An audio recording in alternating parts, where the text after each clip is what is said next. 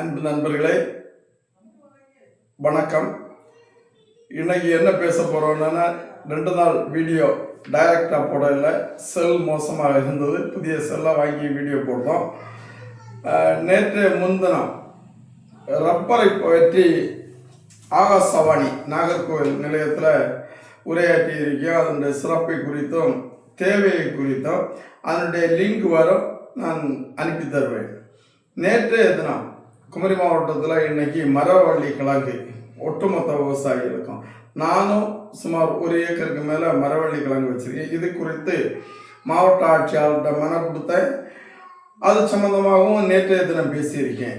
இன்றைய தினம் என்ன பேச வருகிறேன்னா, ஒரு புதிய செய்தியை பேச வருகின்றேன். ஏன்னா கழிந்த சட்டமன்ற இதில் நம்ம நாமினேஷன் பண்ணணும். கட்சியில், காங்கிரஸ் கட்சியில் சீட்டு கேட்டோம், டிக்கெட் கேட்டோம். அதுக்காக நாமினேஷன் பண்ணணும். கடைசி நேரத்தில் அது எதற்காகனா, ஒரு நோக்கத்தோடு தனியார் காடு சூழியல் சட்டத்திலிருந்து குமரி மாவட்ட மக்களுக்கு ரப்பருக்காவது விலக்களிங்கன்னு கோரிக்கை அத்தனை தேர்தல் அத்தனை அரசியல் கட்சிகளும் பேசிட்டு, பட் இப்போ அதை பற்றி அதிகமாக கண்டுகொள்ளலை. நான் இன்னைக்கு என்ன பேச போறேன்னா, உங்கள் மத்தியில் அடுத்து பேரூராட்சி தேர்தல்கள், கிராம பஞ்சாயத்து, இந்த மாதிரிப்பட்ட தேர்தல்கள் வருகின்றது. அதுவும் குறிப்பாக குலசேகரம் பேரூராட்சி பற்றி தான் இப்போதைக்கு நம்ம பேச முடியும். போன மாதம் கூட நான் ரொம்ப முக்கிய தேவை என்னென்னா, கான்வென்ட் ஜங்ஷன்லேருந்து செருப்பாலூர் வரை இருக்கக்கூடிய இட நெருக்கடி, வாகனங்கள் போக்குவரத்து, இதை பற்றி ஆட்சியாளர்கிட்ட ஒரு மனு கொடுத்துருந்தேன். அதனுடைய மனுவனுடைய நகல் எனக்கு தந்தாங்க. நம்ம கேட்கக்கூடிய கேள்வி வேறு, அவங்க தரக்கூடிய பதிலும் வேறு.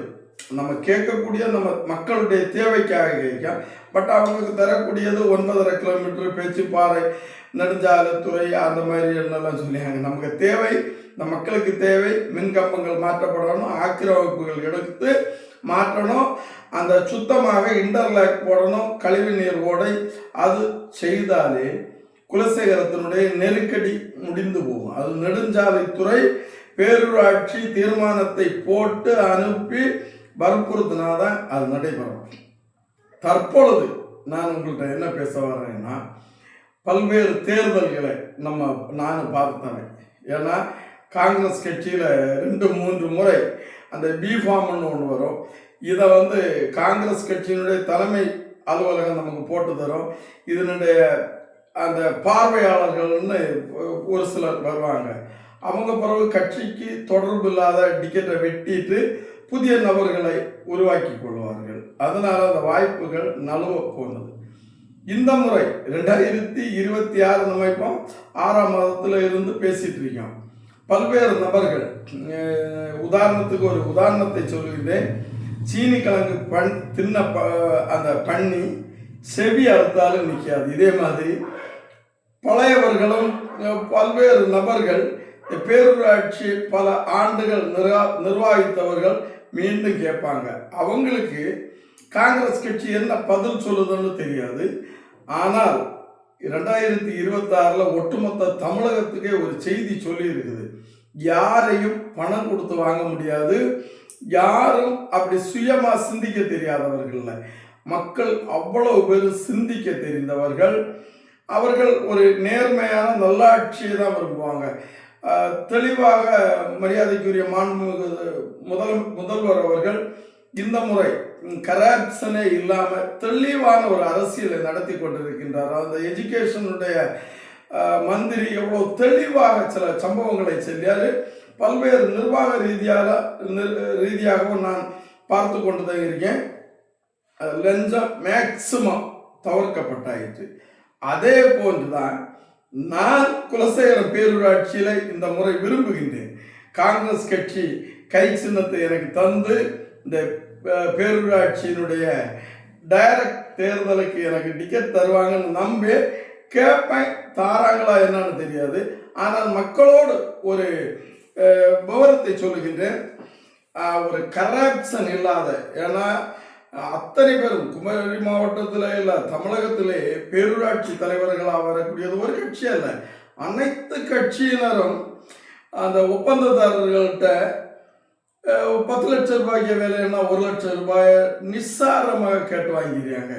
அதனால இன்னைக்கு அந்த ஒரு மருத்துவர் அந்த இன்று தமிழகத்தினுடைய மருத்துவர் மந்திரி ஒரு ஆய்வு செய்யாரு, சிமெண்ட் எல்லாம் பொடிஞ்சு தெரிக்குது. அதை நான் இந்த லைவ்ல பார்த்தேன். ஏன் இதை சொல்ல என்னன்னா, அரசியல் காமராஜருடைய ஆட்சி 5 சில்லி நயா பைசா வாங்காம நேரடியாக மக்களுக்காக 5 ஆண்டுகள் பணி செய்யலாம்னு நினைச்சுதான் காங்கிரஸ் கட்சியில கை சின்னத்தில் இந்த முறை வாய்ப்பை கேட்பேன்.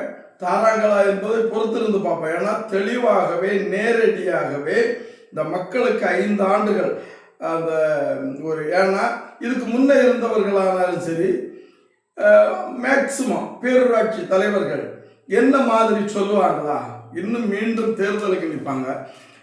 ஒப்பந்ததாரர்கள் தண்டோ யார்கிட்டையும் நான் கரப்ஷனே வாங்கலை, லஞ்சமே பெறலை. ஏன்னா காங்கிரஸ்காரன் நேர்மையாக ஐயா காமராஜுடைய வழி வந்தவர்கள், பேரூராட்சி தலைவரானாலும் சரி, கவுன்சிலர்கள் ஆனாலும் சரி, நகராட்சி தலைவர் ஆனாலும் சரி, இந்த மாதிரி அது எம்எல்ஏக்கள் ஆனாலும் சரி, யார் ஆனாலும் கரப்ஷன் காசே வாங்க இல்லைன்னு ஓப்பன் ஸ்டேட்மெண்ட் விடுவாங்களான்னு கேட்டால் அது சங்கடமாக இருக்கு. ஏன்னா இந்த விஜய் கட்சியினுள்ள எத்தனையோ பேர் ஓப்பன் ஸ்டேட்மெண்ட் விடுறாங்க.